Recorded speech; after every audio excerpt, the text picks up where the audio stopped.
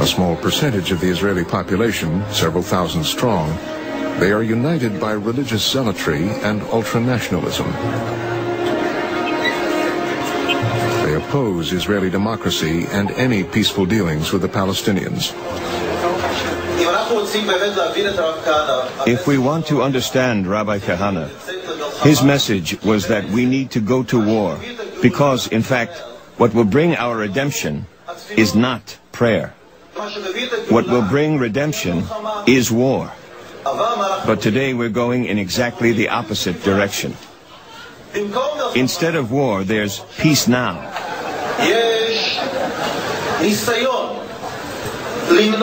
There's an attempt to prevent war at all costs. And if we can force the army to go back to being offensive, an army of revenge, an army which cares about Jews more than anybody else, then we'll be able to bring the final redemption in the only way possible, through war. War now.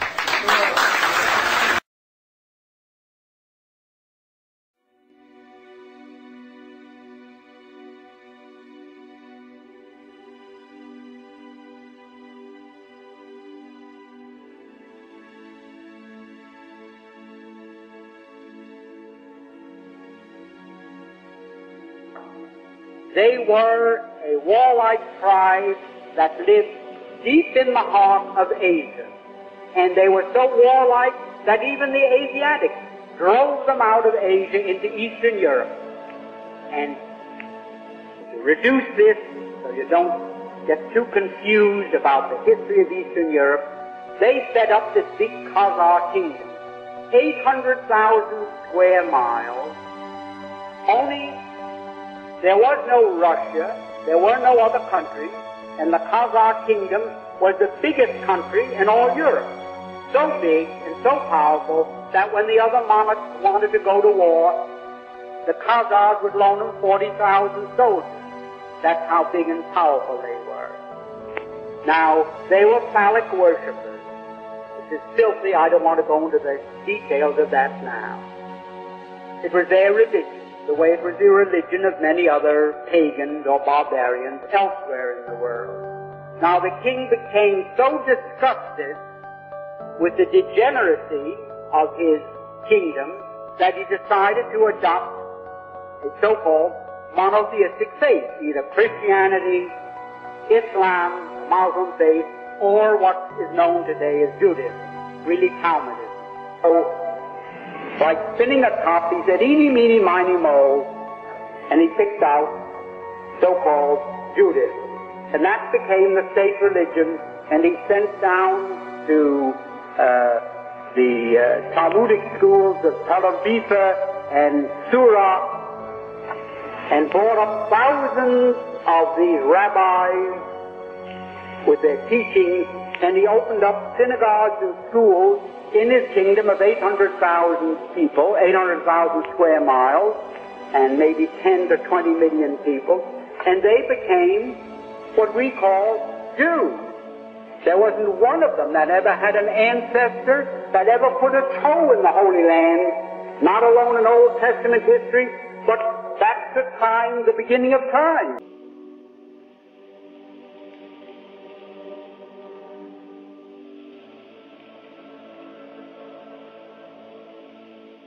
And the blessing of Abraham come on every office, through every person that enters into that place. That the blessing flow beyond any manifestation that any of these people have ever seen, and suddenly they will say, we can no longer turn our backs on the nation of Israel, and we will stand, and we will be firm, and we will win and not lose. We killed Jesus, we're proud of it. This is my land. This is not your land, it belongs to these families. You son of a bitch. I'm gonna kill you and the ghost. That's what I see, you son of a shit. This is my land. God gave it me. Fuck you. When the Zionism was, the whole movement of Zionism was created, the concept, the ideology of transforming Judaism from spirituality, a religion, into a materialism, a nationalistic goal to have a piece of land, all the rabbinical authorities said this is antithetical with what Judaism is all about, expressly forbidden in the Torah, because we are in exile by God.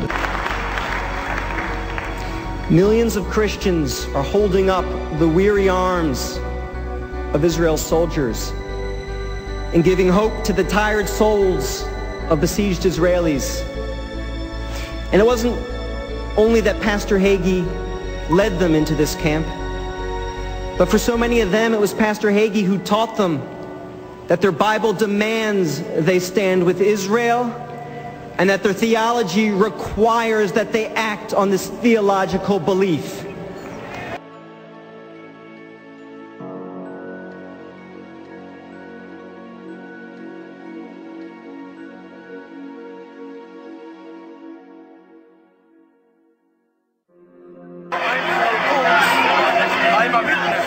I know the Arabs are very good, no problem till the Zionist movement start. My grandmother told me before the Zionist movement start, they babysitting each other, the kids. They borrow from both each other like brothers, like brothers. The idea of Zionism, take away the land from the Palestinians, from the Arabs, starting the whole fighting. Not Arabs the problem, not Jews the problem, not Judaism, not Muslim, only Zionism. You implied that Israel has the right to exist because of what happened to the Jews during World War II. Why in Palestine? Don't the Palestinians too have the right to a secure homeland? Why do they have to suffer and make way for the Jews? Look, we can go back and we can argue over the birth of Israel, the justice of the birth of Israel. We can argue over whether or not there should be an Israel. There is an Israel today. There's a strong Israel today, a vibrant Israel that is not going to disappear. Palestinians have missed opportunities. There is an opportunity today. I don't see any useful purpose in arguing over what justifications Israel has to exist. Israel has all of the justifications in the world to exist. And I don't even think it's appropriate to question the reason why Israel exists. Thank God that there is at least one Israel, an Israel where Jews can live if they want to. They don't have to live there. But if they need refuge, if they want to live in a country that is a Jewish homeland, that's fine. And I think, as I said before, all of us should be delighted that we happen to be around at a time in this world when there is this Israel.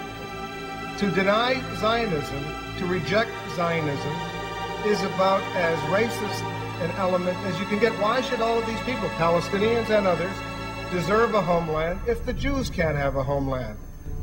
Have not the Jews suffered enough all of these? I suppose, and then it wasn't missed on anyone in the audience that Mr. Blitzer was deploying that same familiar lawyer's tactic.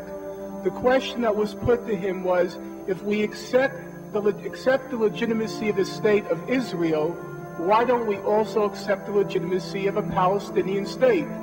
And then Mr. Blitzer went on to tell us all the good reasons why we should accept the legitimacy of the state of Israel, something which, by the way, I concur with.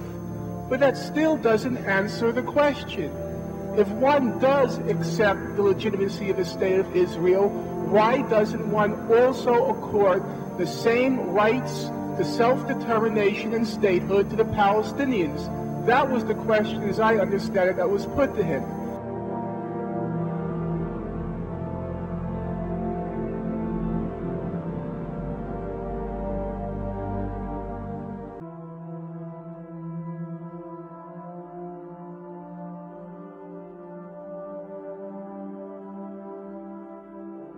Often when there is dissent expressed in the United States against policies of the Israeli government.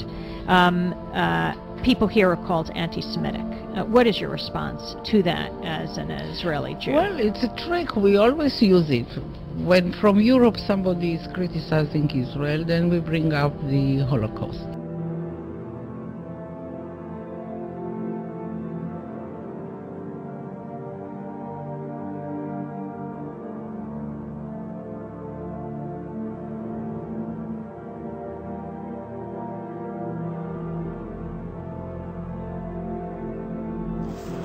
There are certain conditions, according to Jewish law, under which non-Jews may live here. This doesn't apply to the Arabs. They don't fit the category.